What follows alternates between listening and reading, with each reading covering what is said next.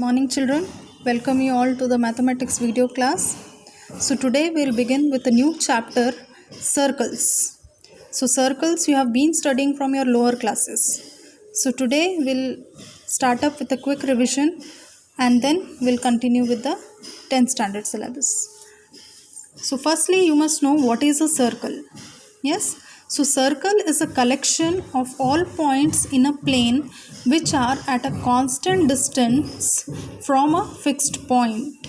Yes, a circle. You can see here a circle is a collection of all points in a plane which are at a constant distance, that is radius. Radius is the constant distance from a fixed point called as center. You can define circle in many ways.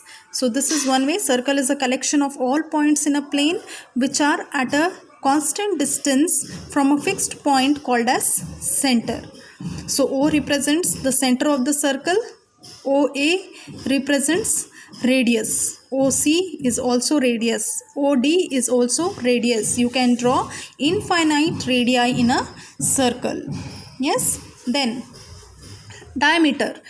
Diameter is CD. Any line joining any 2 points on a circle passing through the center is called as a diameter. So here CD represents the diameter. D is used to represent diameter and R is small. R is used to represent radius. Yes. Then you have also seen what is a chord. What is here? PQ. PQ represents a chord. So chord is nothing but a line intersecting any 2 points on the circle. P and Q are the 2 points on the circle. Like this, any 2 points on the circle you can mark and join it, you get a chord. And diameter is called as the longest chord of the circle. CD is the longest chord of the circle, is nothing but the diameter. Yes. Then sector. What do you mean by a sector? The area between the radii and the arc of a circle is called as the sector. You can see there the shaded part. This is called as the sector. The area between two radii and an arc of a circle is called as the sector. So to name a sector, OASD. OASD is a sector. Yes. Then coming to segment. You can see this shaded region is called as the segment. So how do you get a segment? A segment is nothing but the area bounded by a chord and an arc of a circle is called as the segment. So PQ is a chord, the area between the chord and the arc of a circle. PRQ is an arc. So the area bounded by a chord and an arc of a circle is called as the segment. So PRQ is a segment. Again, you know, in segment we have major segment and minor segment. So this is minor segment. The remaining portion what you have here is major segment. Same way in sector, this is minor sector. And the remaining part what you have here is major sector. Yes, so these all you have studied in your lower classes or in the 9th standard. Now next what we have here in 10th standard is, consider a circle and a line PQ. Yes, we have considered a line PQ and a circles. So what are the possibilities of a line and a circle? Now you can see here in the first case, this is the circle and here is the line PQ. Yes, in the second figure you can see circle and the line PQ. Third figure, circle and the line PQ. You can see 3 different possibilities. So what do you see in the first one? In the first one you can see PQ. PQ is a line which is not intersecting the circle at any point. Yes, PQ line is not at all intersecting the circle. So here PQ is called as non-intersecting line. PQ is said to be a non-intersecting line. Yes, it is not intersecting at any point. So therefore PQ is called as non-intersecting line here. Now in the second case you can see the line PQ. The line PQ is touching the circle, intersecting the circle at 2 points A and B. Yes, so this is one possibility. So this line, when it intersects a circle at two different points, this line becomes a secant. This line is called as a secant. Yes, it is called as a secant. Any line intersecting any 2 points on the circle, passing through any 2 points on the circle, is called as a secant. Then in the third case, you can see a line PQ. The line PQ is intersecting the circle at only one point A. Yes, so when a line intersects the circle at only one point, then that line is said to be a tangent. So here line PQ is a tangent. PQ is a tangent here. Here intersecting 2 points on a circle, here PQ is a secant. When the line intersects at only one point on a circle, it is called as a tangent. Yes, so a point where the line intersects the circle, that point is called as point of contact. Yes, this point is called as point of contact. Yes, at only this point the line is intersecting the circle. So point A is called as the point of contact and line PQ becomes a tangent. So you must be able to define a tangent. What is a tangent? A line that intersects the circle at only one point is called tangent. Yes, so a line that intersects the circle at only one point is called as tangent. Understood, children? So a line and a circle, three possibilities you have. When the circle does not intersect the circle, the line is called as a non-intersecting line. When a line intersects the circle at 2 points, it is called as a secant. When the line is touching the circle at only one point, then it is said to be a tangent. Yes, clear? Yes. Now, in circle chapter, you have two important theorems from the examination point of view. Out of these two theorems, one theorem is compulsory in your board exams. So, let's study the first theorem of the chapter circles. In the next video, we will study the next theorem. So what is this theorem 1?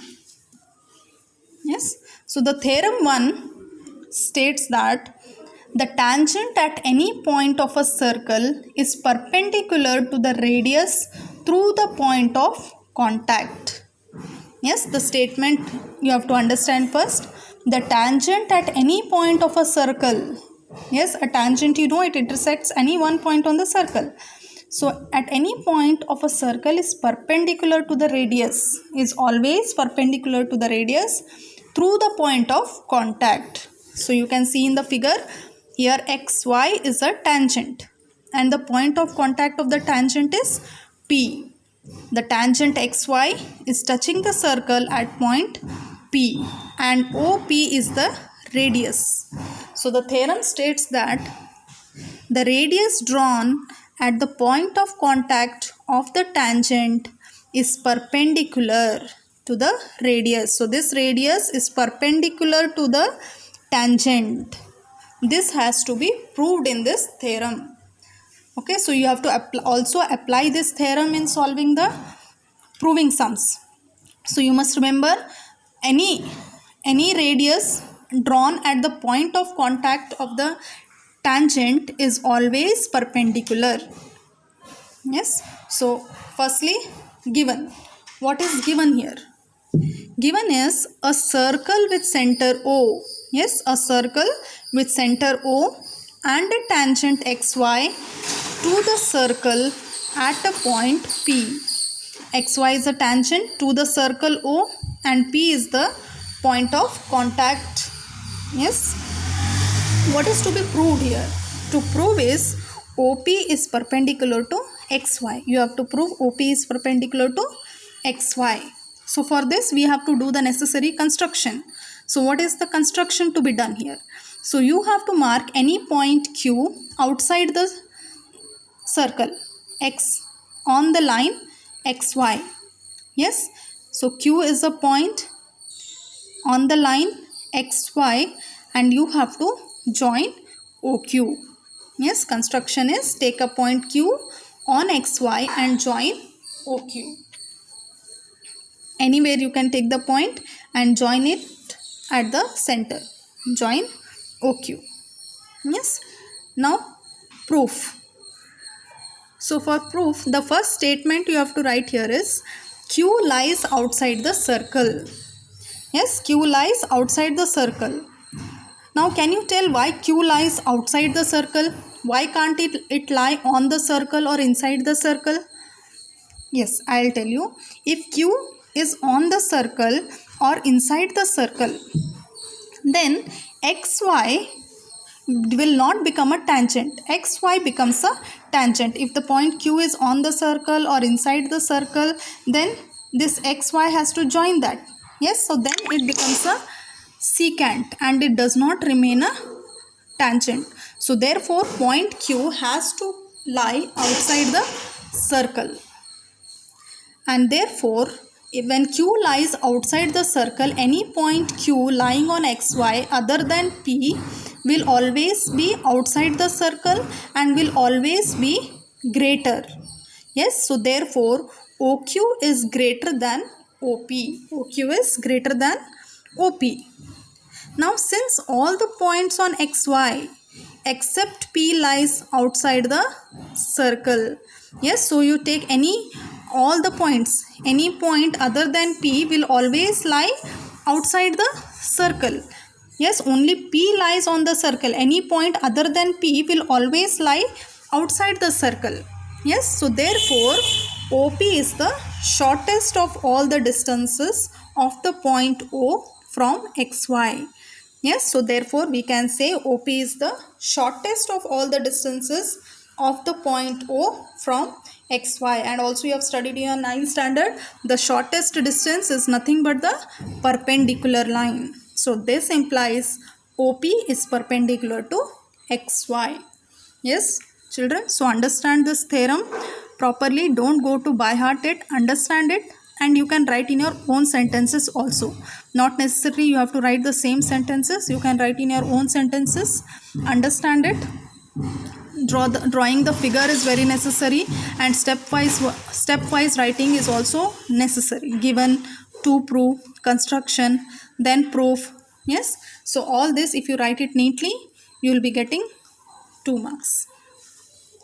Yes, so this is the theorem and the theory part. Based on this, you have to solve the first exercise of the chapter. Yes, so this is exercise 10.1, the first exercise of the chapter circles. So I will just discuss this exercise. Later on you can solve it and send it to me. So the first question of the exercise is, how many tangents can a circle have? Yes, how many tangents can a circle have? So now you know what is a tangent. Tangent is a line intersecting at any one point on the circle.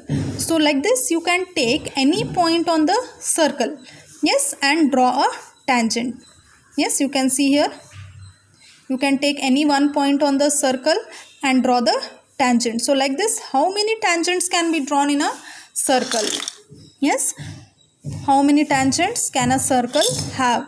So like this you can have infinite points on the circle and you can draw any number of tangents in a circle. So therefore a circle can have infinite number of tangents. Yes, then coming to the next question, fill in the blanks. Yes, you have to fill in the blanks. The first one is, a tangent to a circle intersects it in dash points. Yes, a tangent to a circle intersects it in dash point. So at how many points it intersects? You have seen that a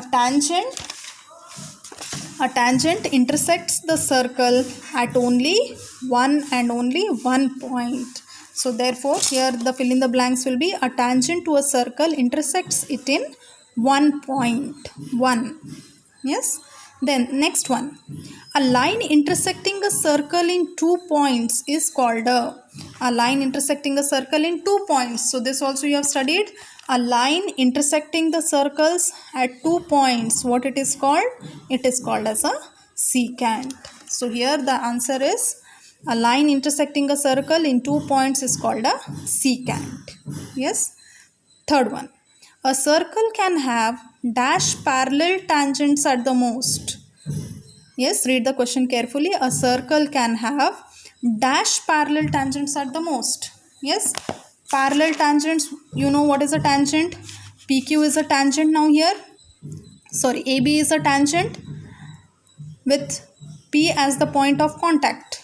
Now this tangent AB, how many parallel tangents can you draw? Yes, you know that.